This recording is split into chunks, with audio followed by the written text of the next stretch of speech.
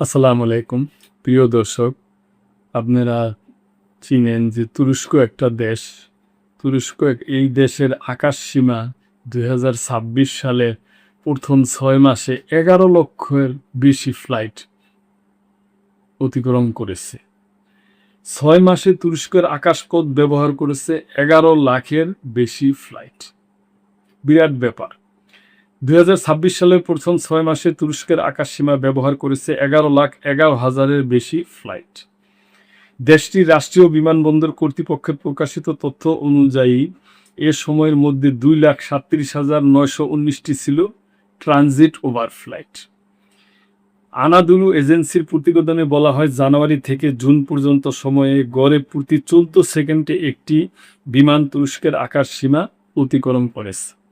একই সঙ্গে যাত্রী পরিবহনও ধারাবাহিকভাবে বৃদ্ধি পেয়েছে। প্রকাশিত পরিসংখ্যান অনুযায়ী এ সময়ে 4,71,870টি অভ্যন্তরীণ এবং 4,04,197টি আন্তর্জাতিক ফ্লাইট পরিচালিত হয়েছে। ইউরোপ, এশিয়া ও মধ্যপ্রাচ্যের সংযোগস্থল হওয়ায় তুরস্কের আকাশপথের কৌশলগত গুরুত্ব আরও বাড়ছে, যা আন্তর্জাতিক বিমান চলাচলে দেশটির ভূমিকা শক্তিশালী করেছে। প্রিয় দর্শক, তা বোঝেন যে একটা দেশ এত করছে যে এই দেশটার গুরুত্ব আপনার এই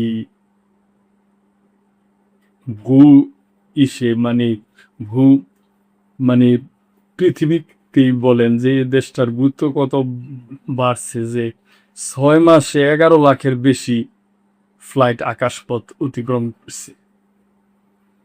তো এই নিউজটাও প্রিয় দর্শক আমার কাছে কৌতূহলী মনে হয়েছে, এজন্য আপনাদের সাথে শেয়ার করলাম।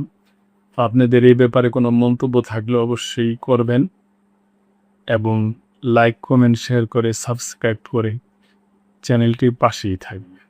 আল্লাহ হাফেজ।